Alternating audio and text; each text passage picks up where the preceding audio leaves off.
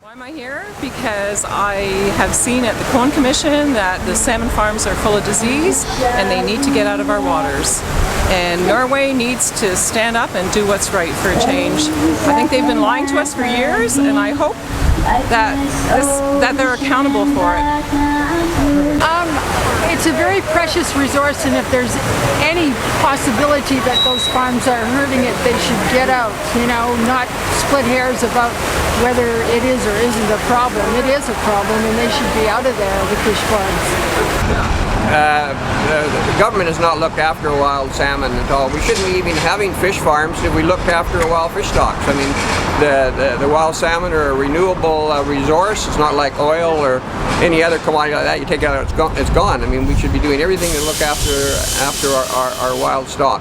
And the government has been stifling people like Christy Miller. They're trying to get the stuff. Now they talk about they're going to cut the funding off to carry on with further studies. You just need to look at one of the easiest things. You look at Norway, Chile, Scotland, places where fish farms in that decimated the wild stock. I mean, you really don't need the science. You just need to look at what has gone on in these other countries. And wherever you've got fish farms, you've got problems with our wild fish. I was born into salmon people, the Wet'suwet'en people, and I'm a firm believer that the wild salmon stocks are very important to survival of wild salmons, and that fish farms can have a devastating effect on wild salmon. I believe that wild salmon is the livelihood of almost all Aboriginal people in BC, and I'm a firm supporter of this cause.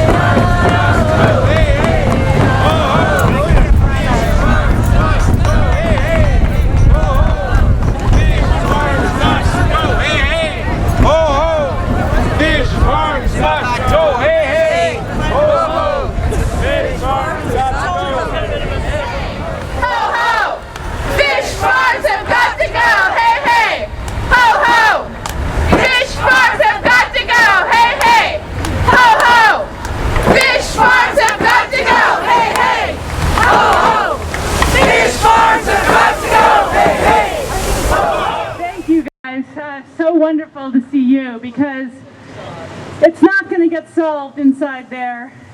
We're trying very, very hard, and we've learned a lot. Yesterday, the province reversed a decision to keep the disease databases secret, and they decided to release them.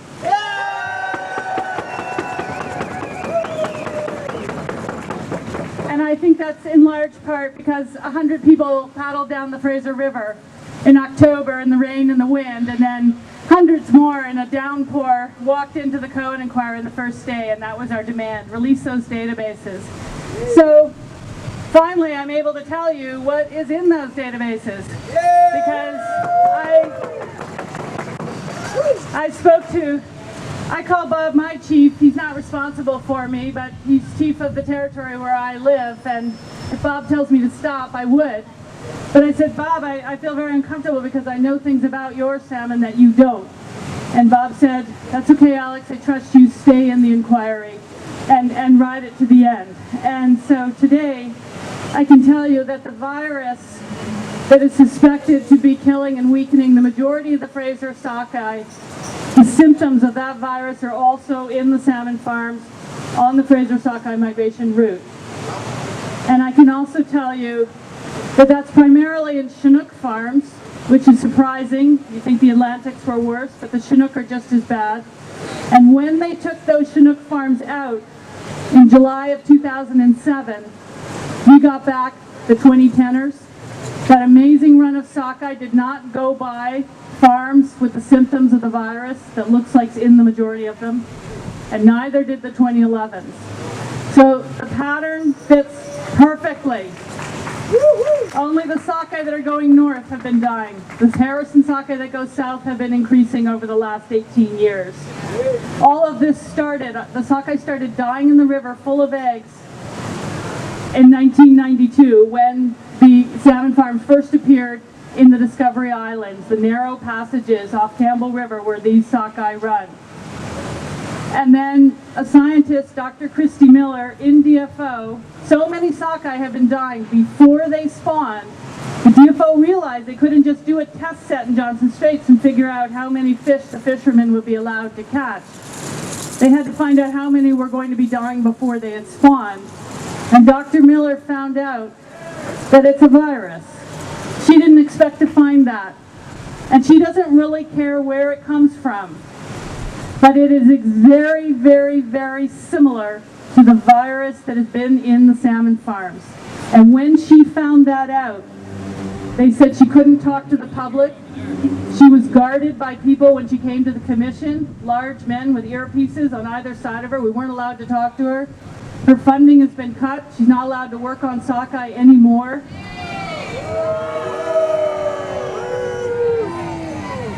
So you can know that truth is not being served here. The people have not been served. We don't have proof, but we have enormous weight of evidence. And unless people like you press for the truth and for these fish farms to be removed out of the narrow passages of the Discovery Islands, the wild salmon narrows, some people call them, we will lose our sockeye. I really, this is not a job for me. My friends Don Staniford and Anissa and I are running ourselves ragged doing this. I don't want anybody to pay me to be up here because I want to speak the truth as I see it.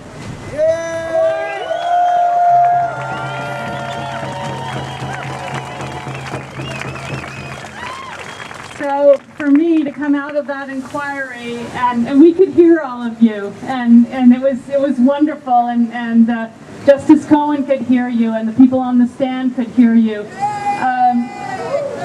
and it was wonderful. But all I can really say is, you have the power. They don't. I don't.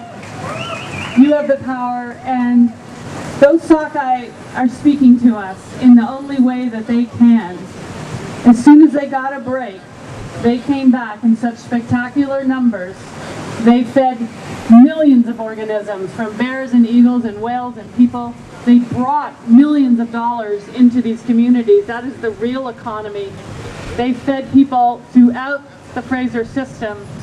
And I understand there's a lot of things in the world that are not fair, and it is not fair if the people in the Discovery Islands want salmon farms, it's not fair maybe for us to say you can't have them, but that's the way it is, because 1/3 of all of British Columbia salmon go through those narrow passages.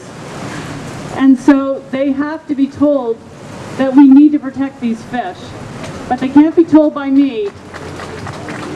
All I can do is drag this thing out, fighting and kicking into the daylight, and then somebody else has to come in here and say, enough. These farms have got to get out. There's a better way of doing these things. We can find jobs for the people in the industry, but we can't let these fish go down because they are our bloodstream. They are feeding us. They go out to the open ocean and they're bringing food back to us. They are so generous. We would be foolish beyond repair to not take a stand right now. So thank you all for coming.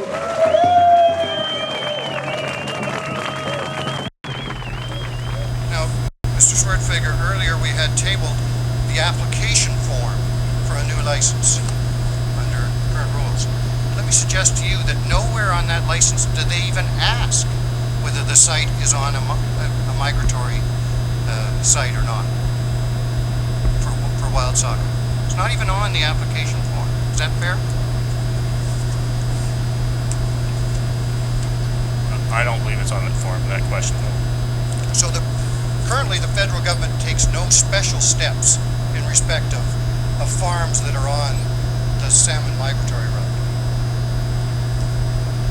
Well, under the current regime, which has been in place since December 19th, 2010, no, but we are in the midst of developing integrated management of aquaculture plans, which are designed to take an area management approach to aquaculture management in the province of British Columbia. And as I understand that the farms that are currently approved by the federal government were grandfathered basically over from the provincial regime.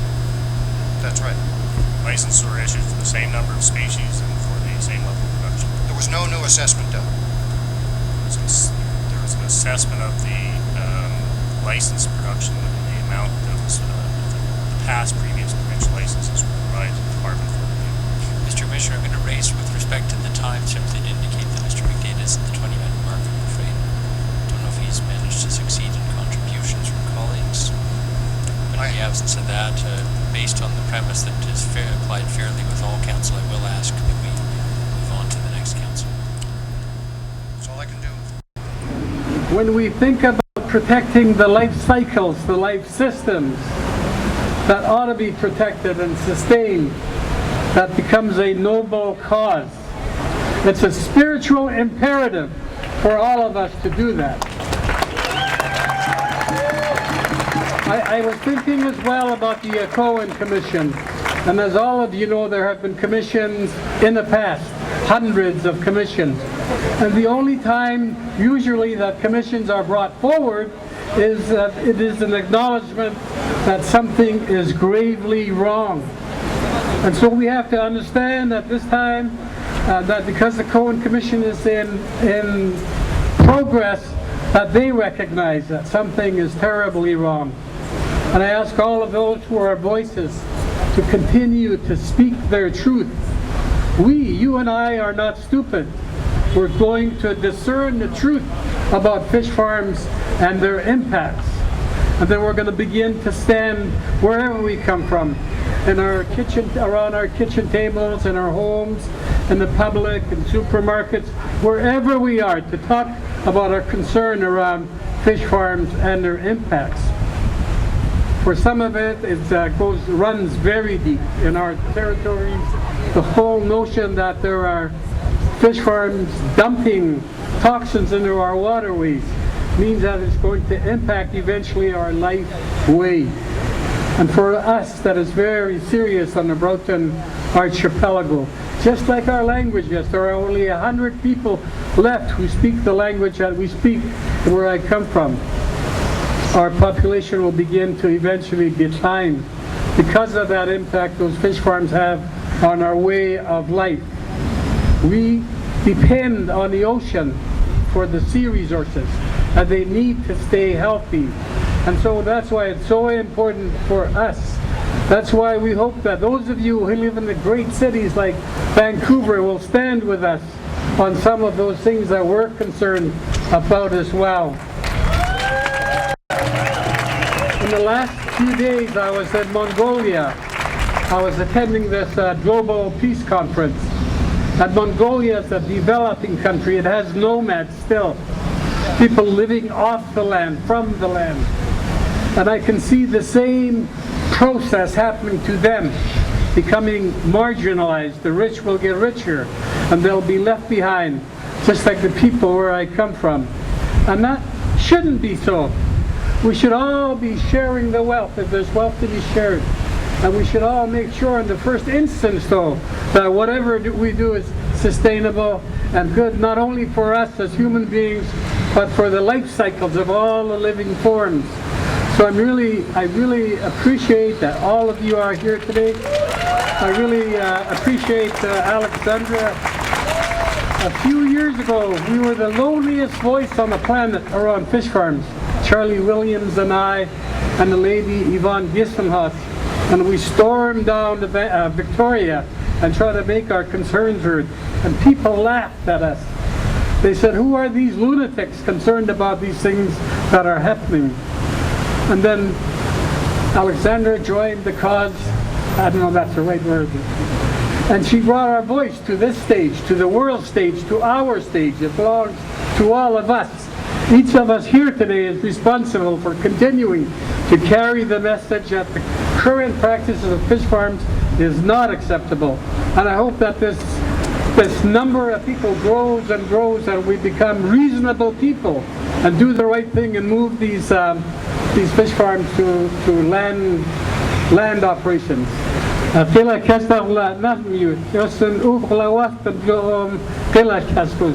That is all I have to say, and thank you again for being here. I am chief of the Honeygadeen, which is one of the 6 Typhoid communities in central BC. And I'm also a part of the Union of BC Indian Chiefs, Secretary Treasurer. So I thank you for also welcoming and inviting us here today. I'm also a part of the legacy in our territory in the interior BC. 1864, our war leaders had stopped the road crews from coming in on the southwest side of our territory. That was through Butte Inlet. Back then they were after gold. That was the gold rush back then. Our war leaders and our people knew that would impact our way of life and our wild salmon. And that's what we continue to fight here today. So, of course, this is a part of who we are.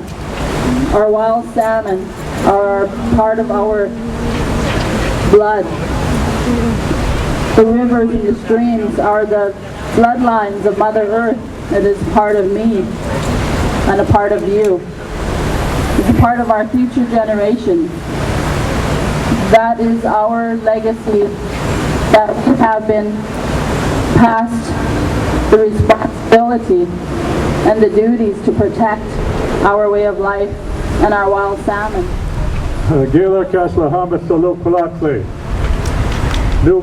Already guys after Quackasutu Quackmis, Muskabot Zaudeno.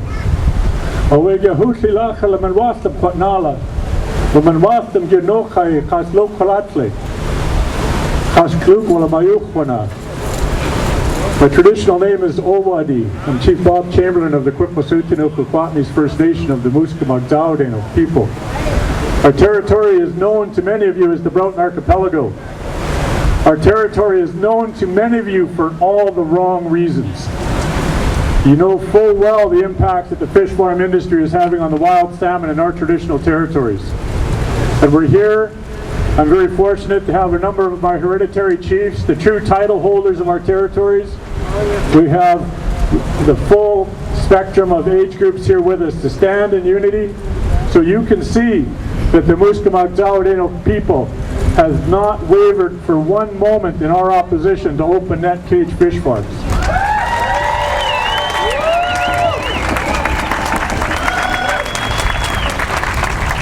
Our First Nations are not very large in terms of numbers, but our voice will not falter. Our voice will say the same words again and again and again. It don't matter which government or which DFO minister we need to rally towards, we will.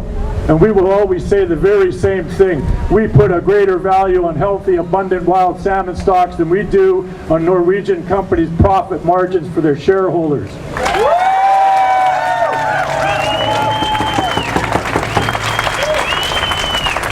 When I think of the long history that our people have in the Broughton Archipelago, it is time immemorial.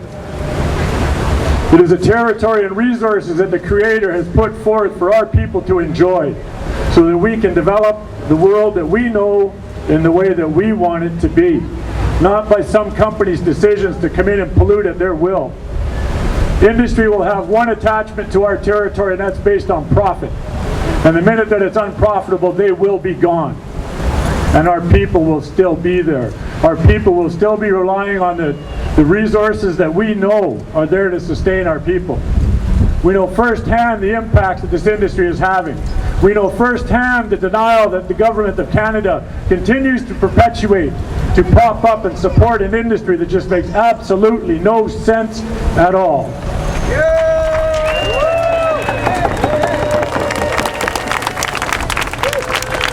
As has been mentioned earlier, the Cohen Commission is underway, and I'm not holding my breath.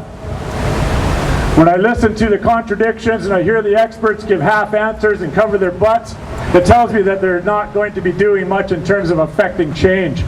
This underlines the fact that each and every one of us must stand up and make that change happen.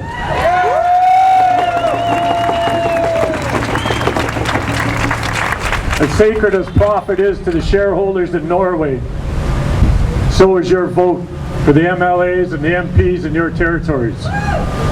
You must effect that change with your voice, with your letters, with your emails. You must organize your families and get them to express how they feel. Ask them, do you appreciate wild salmon? Simple as that. And then we can start messaging in large numbers to the government where they cannot ignore us. And as Canadians, I want to draw your attention to one simple thing. You hear it time and again that there must be one law for all Canadians. And I say to you all that the highest law in the land is the Supreme Court of Canada. And I'm here to tell you that the government willingly, wantingly, ignore that very directive from the highest court in this land. The court says that they have a duty to consult and accommodate First Nations when issuance of license within our territories. I tell you, that did not happen in the Broughton Archipelago when they rolled over 100 licenses for fish farms.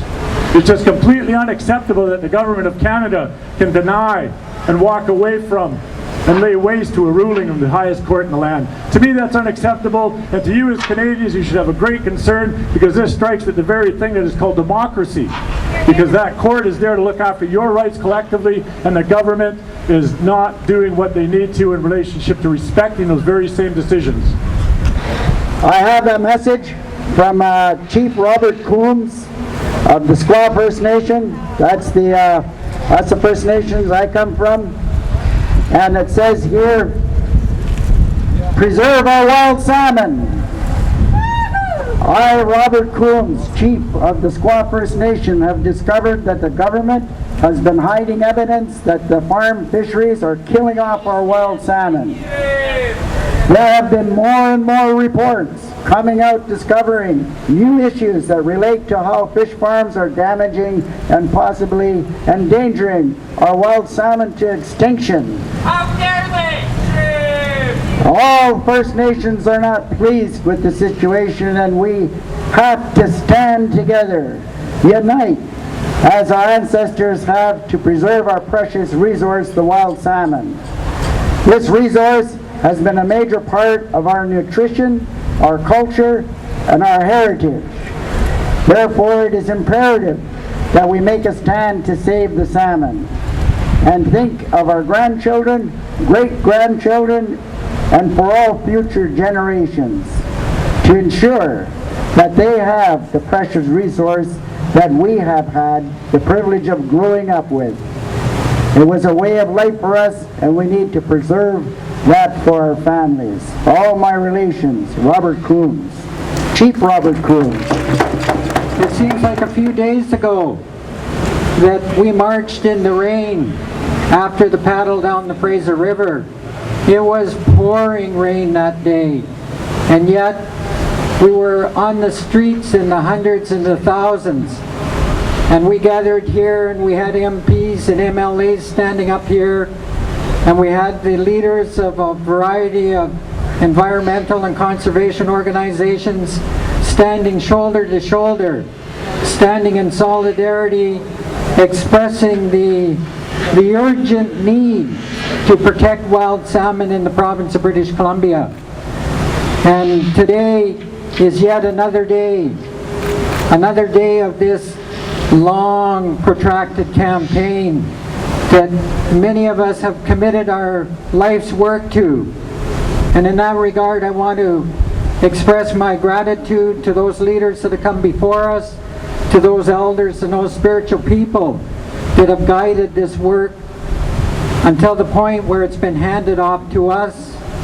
I was absolutely touched when I arrived here and I heard the young girl singing, because it not only touched my heart, but it lifted my spirit, because I know in my heart that there are many, many young people among us that are more than willing to pick up the challenge, to pick up the torch, and to carry this sacred work forward as it has in the past. This is about social justice. This is about environmental justice. This is about the ugly economics of the industrialized fish farm industry, one of the worst toxic industries that exists in the province of British Columbia next to mining.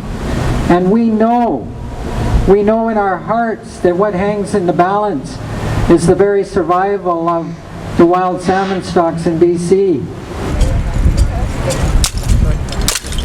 Oh, that is what is going to happen.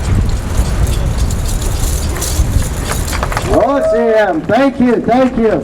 These two young people represent the next generation. They're the ones who are going to have to pick up the fight. And if they're going to fight for a wild salmon, we have to have wild salmon to fight for. This is what is going to happen. Our salmon will disappear if we don't get the government to move as swiftly and as quickly as possible to get the fish farms out of the water. What do you want? What do you want? What do you want? Wild salmon! What do you want? Wild salmon! Wild salmon forever!